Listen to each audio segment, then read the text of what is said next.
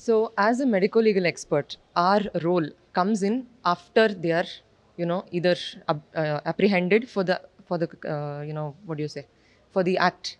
Only after that, our role comes into play. So, I would say a better way to approach this is to treat the addiction and not the addict. Yeah, so that would be a much better approach. So when we begin treating the addict, it becomes more criminalizing the person, and that does not give a good impression. So when we start treating the addiction, maybe the rates can come down. So as an expert, medico legal expert, our role comes in once the person is apprehended. So once they are apprehended, we begin with testing.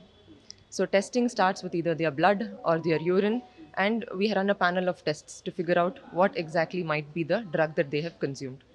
After this, if there's possession more than the amount that is permitted by the NDPS Act, then it becomes a much bigger problem.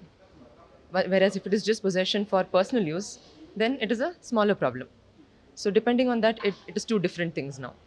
So usually we come across students or youngsters. Usually you say in the ages of early 20s to maybe say late 20s.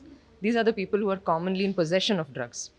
And it is usually for personal use. Very rarely do we find people, students who want to peddle drugs, right? So when we find such students, so what we encourage is after we have found out that they have been consuming something, we immediately wish for them to go into some kind of counseling so that you can prevent this from recurring in the future.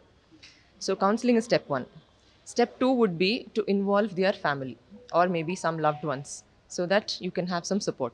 Support becomes very, very important because it's impossible to get over such a addiction on your own. You need a good support system. So after that comes treating the addiction itself.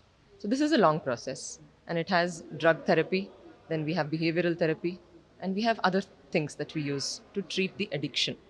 So as an expert, our role will end with testing. But I feel that with this year's theme being invest in prevention, what we should be focusing on is preventing it, which is before all this happens. So what Jain College is doing today with having this awareness program, this is an excellent platform to raise awareness among young students to understand what is the implication of drug abuse, how it can impact their life in the long run, and how they should, take care to make sure that their friends also don't fall into it, how they can catch these signs. So this would be a perfect platform to bring awareness among the youngsters.